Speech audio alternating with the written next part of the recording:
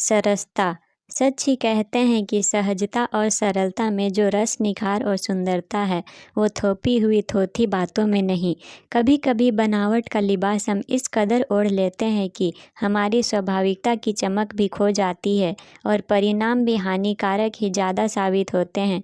अच्छा है जितनी जल्दी हमें इस बात का एहसास हो जाए। कुछ ऐसा ही मिला जुला अनुभव मैंने भी अपने जीवन में कभी महसूस किया। बात कई साल पुरानी है।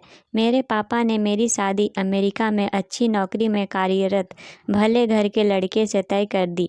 3 साल के बाद मुझे वीज़ा मिल गया तो मेरी खुशी का ठिकाना नहीं था। आखिर अब अपना घर बसाने जा रही थी।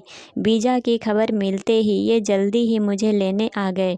इन 3 सालों में कभी माँ के घर तो कभी ससुराल घूमती रही और कुछ ज़्यादा तो नहीं सीखा, बस घर के काम अच्छे से सीख लिए। लेकिन जैसे ही मैं अमेरिका आई तो एक अजीब सी मायूसी ने मुझे घेर लिया, क्योंकि यहाँ जिसे देखो वो इंग्लिश में बात कर रहा था और मैं इंग्लिश बोलने में खुद को पूरी तरह असमर्थ महसूस कर रही थी।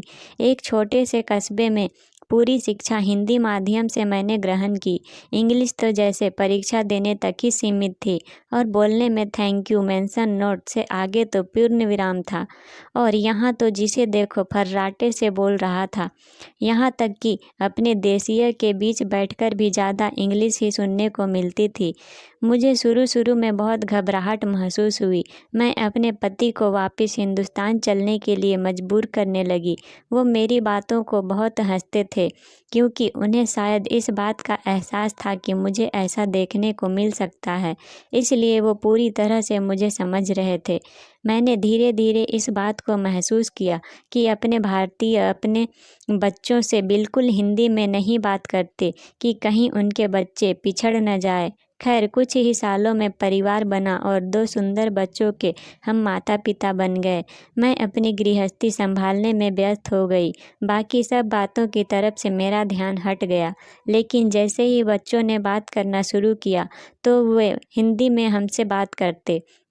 हिंदी भाषा वो बड़े अच्छे से बोलने लगे। लेकिन कहते हैं ना, जब सब अच्छा चल रहा है तब भी हम खुद को तनाव में रखने का अपने स्वभाव अनुसार कोई ना कोई कारण ढूंढ लेते हैं। और बात जब अपने बच्चों की हो तो हम कोई शंका लेकर नहीं चल सकते। मेरी सहेलियों ने मुझे कहना शुरू कर दिया कि तुम्हारे बच्चों को स्कूल में जाकर बहुत मुश्किल आएगी, क्योंकि उन्हें तो ज़रा भी इंग्लिश बोलने का ज्ञान नहीं और इसकी जिम्मेवार तू ही बनेगी। तू इनके साथ अंग्रेजी बोलना शुरू कर दे। मुझे भी लगा कि कहीं ये औरों से पीछे ना रह जाए, तो मैंने कुछ कुछ शब्द बोलने शुरू किए। फिर वाक्य में पति जब मुझे इन सब के बीच उलझता देखते तो बहुत समझाते कि तू इनकी इंग्लिश की चिंता मत कर, वो ये बहुत अच्छे से सीख जाएंगे। बस तू जैसा बोल रही है वैसा ही बोल और एक दिन तू भी अंग्रेजी बोलना सीख जाएगी। पढ़ी लिखी है, बस एक डर है, वो भी एक दिन निकल जाएगा। मुझे भी लगा कि गलत इंग्लिश सिखाने से अच्छा है मैं इन्हें सही हिंदी सिखाऊं। वक्त बीता, बच्चों को ज़रा भी इंग्लिश सीखने में मुश्किल नहीं आई, लेकिन वो हिंदी बोलना बहुत अच्छी सीख गए। मेरी बिटिया जब 12वीं में थी तो उसने गर्मी की छुट्टियों में पार्ट टाइम नौकरी शुरू की। एक दिन उसे साथ वाले कमरे से अजीब सी आवाज़ें आई। उसे लगा कोई महिला डॉक्टर से बात कर रही है। उसे अपनी बात समझाने में काफ़ी दिक्कत आ रही है। बीच बीच में वो काफ़ी हिंदी के शब्दों का इस्तेमाल कर रही है। डॉक्टर, जो कि उसके बॉस भी थे, उनको कुछ समझ नहीं आ रहा था कि वो कैसे इलाज करे, अपनी बात समझाए और उसकी समझे। दोनों को कशमकश देख वो उस कमरे में गई। उस महिला को नमस्ते कहकर बोली, आंटी, मुझे हिंदी आती है, अगर आप चाहो तो मैं आपकी बात डॉक्टर साहब को बता सकती हूँ। वो महिला तो बहुत खुश हुई। पल में सारी समस्या ही हल हो गई। उसने दोनों भाषाओं का बड़े अच्छे से अनुवाद किया। उसके बॉस तो हैरान थे कि जिस प्रवाह से वो हिंदी बोल रही थी कि यह लड़की यहाँ की जन्मी पली है। उस महिला के जाने के बाद उन्होंने पूछा कि उसने कहाँ से सीखी, तो मेरी बिटिया ने बताया कि मेरी माँ ने सिखाई है। उन्होंने कहा कि तुम्हारे माता पिता ने तुम्हें संस्कार अच्छे दिए, ये तो तुम्हारे नौकरी शुरू करने के कुछ दिनों के बाद ही जान गया था, लेकिन यह हिंदी बोलने का जो तुम्हें खजाना दिया है, इसके लिए मैं हृदय से उन्हें प्रणाम करता हूँ।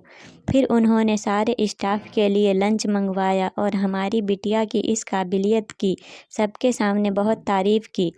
उसने जब घर आकर सारी बात बताई तो मुझे लगा कि आज ये शाबाशी मुझे भी मिली है।